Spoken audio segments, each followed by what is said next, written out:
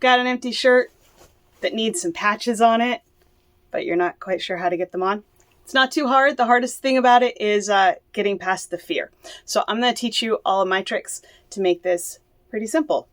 So we have induction coming up, and so it is time for me to stop procrastinating on getting uniform shirts ready. Fortunately, this year I only have one to do, so this won't be a big deal.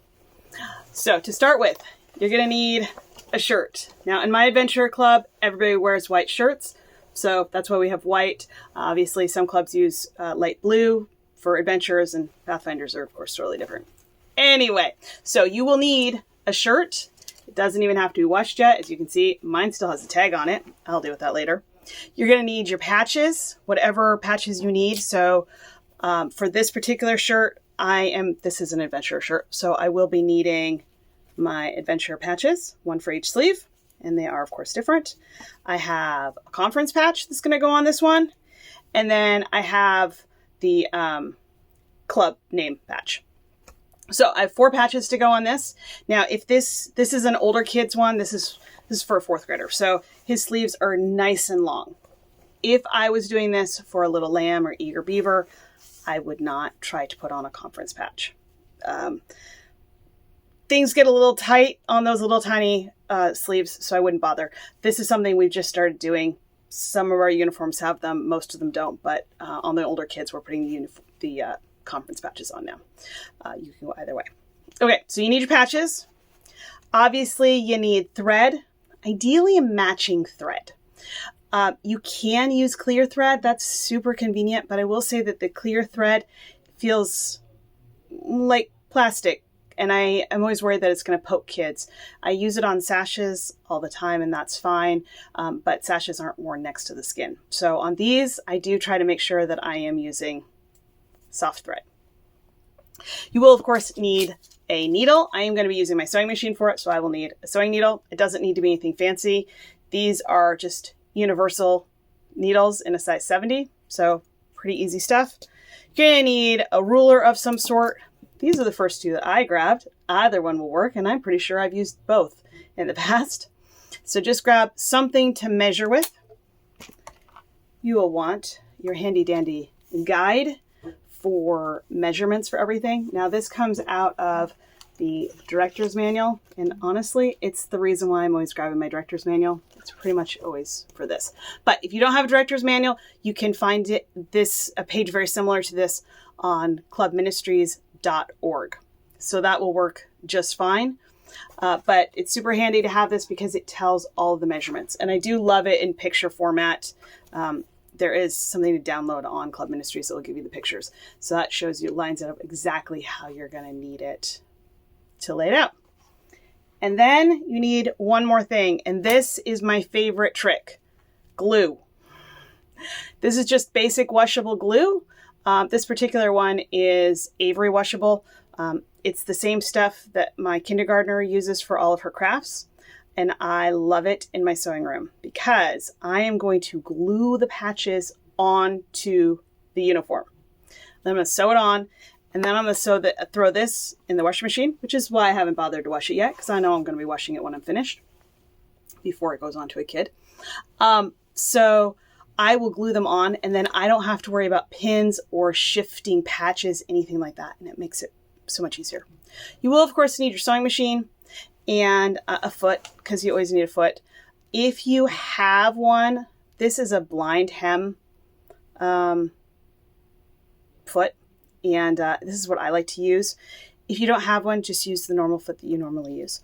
But the reason why I love it, as I've mentioned in previous videos, is it's got this ledge right here, and I can line it up right against my patch, and it just helps me get a nice straight stitch. So that's what you need for that. Now, because this shirt has not been washed yet, it has a beautiful crease right here along the top. And I did check to make sure that that is lined up on the bottom, and it is. So I'm going to use this crease, and it's going to help me know exactly where to lay my patch. So I'm going to take my top patch, and I'm going to fold it in half, and I'm going to give it its own crease, just like this. And then I can lay it out. I will glue one half, and I will lay it out like that. I will, of course, measure it, and then I'll glue that, and then I'll come around and I'll pull out and I'll do the other side as well, right?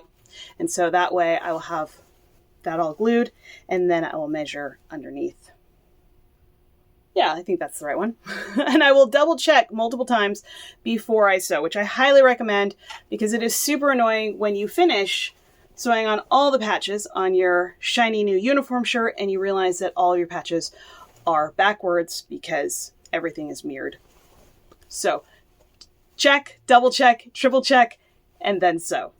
Something to note when you're putting on your club patch and the patch underneath, this one is measured from these tips down. So you're going to kind of want to have a solid object there to get it a straight edge, right?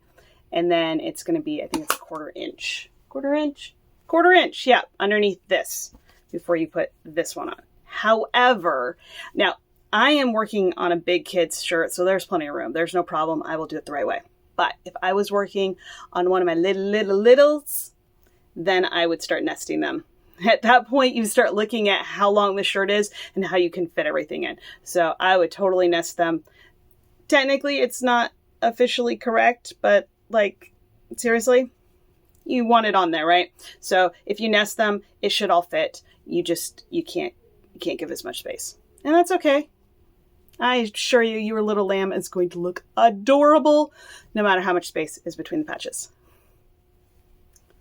For this style patch, for both Adventurers and Pathfinders, there is a nice line. These lines on the globe behind it are super handy to use. So I will just line my crease up with this. This is probably my favorite one to put on because it's got that nice center line. Super handy. All right, I've glued my patches on. I have double and triple checked to make sure they're on the right side, or the correct side. They're on both sides. But if you make a mistake at this point, acknowledge that you're human. Congratulations. And you can just pull them off. This glue comes off super easily. In fact, it comes off so easily that I would recommend you be somewhat gentle on them. Do not expect that you can stick this on a kid and it will survive induction. It will not. It may not even survive being at my sewing machine. This is the same glue I use when I do patches on sashes, and it's not uncommon for a patch to fall off while I'm sewing a different sash. It's not a big deal. I just stick it back on. But if you find out you messed up, just peel it off. It will leave a little residue, but you're going to wash it anyway, and it's going to come right out. So it's not an issue at all. So now we're ready for the sewing machine. I have my machine all threaded with the right thread. I'm starting with black because my conference patch is lined in black. I do have my new foot on that I love to use for this. Now, because I'm using a blind hem, I am going to change my setting over here to take so that I move my needle over. Your machine is going to be, of course, very different from mine, so you're going to want to set yours up just the right way, which I'm not going to bother explaining my knobs because that would be useless to you.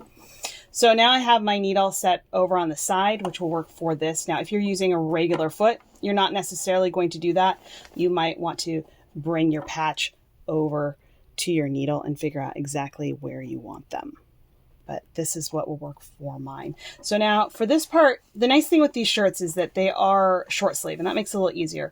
But for this, we do just come in from the side of the shirt, and then you can kind of flatten everything out and even turn the sleeve inside out a bit if you'd like. This is, we want to, of course, make sure that you only have one layer of fabric here because you do not want to sew your shirt together. So once you've done that, then you can start sewing. Remember to backstitch at the beginning and ending of your patch. But since you have a sewing machine, I'm guessing you already know that. So just a handy little reminder, if you're doing a whole bunch of these, you might forget at some point, like I would. All my patches are on. All I need to do is trim the threads and throw it in the washing machine, and it will be ready for induction. So give it a try. Once you've done one or two shirts, you'll wonder why you were afraid. It's not too hard.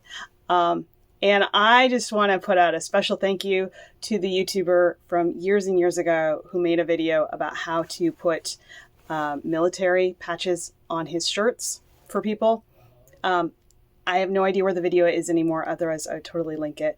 But every single time I sew a patch on a uniform, I think about that man and I think how grateful I am because I was terrified about how to do this process. And once I watched his video and I gave it a try, I realized it's not anything to be afraid of. It's not hard at all. So go out and do it, and then pass the knowledge on to the next person. As always, I hope that you are having a wonderful week and that you are bombarded with as many volunteers as you could possibly need. See you next time.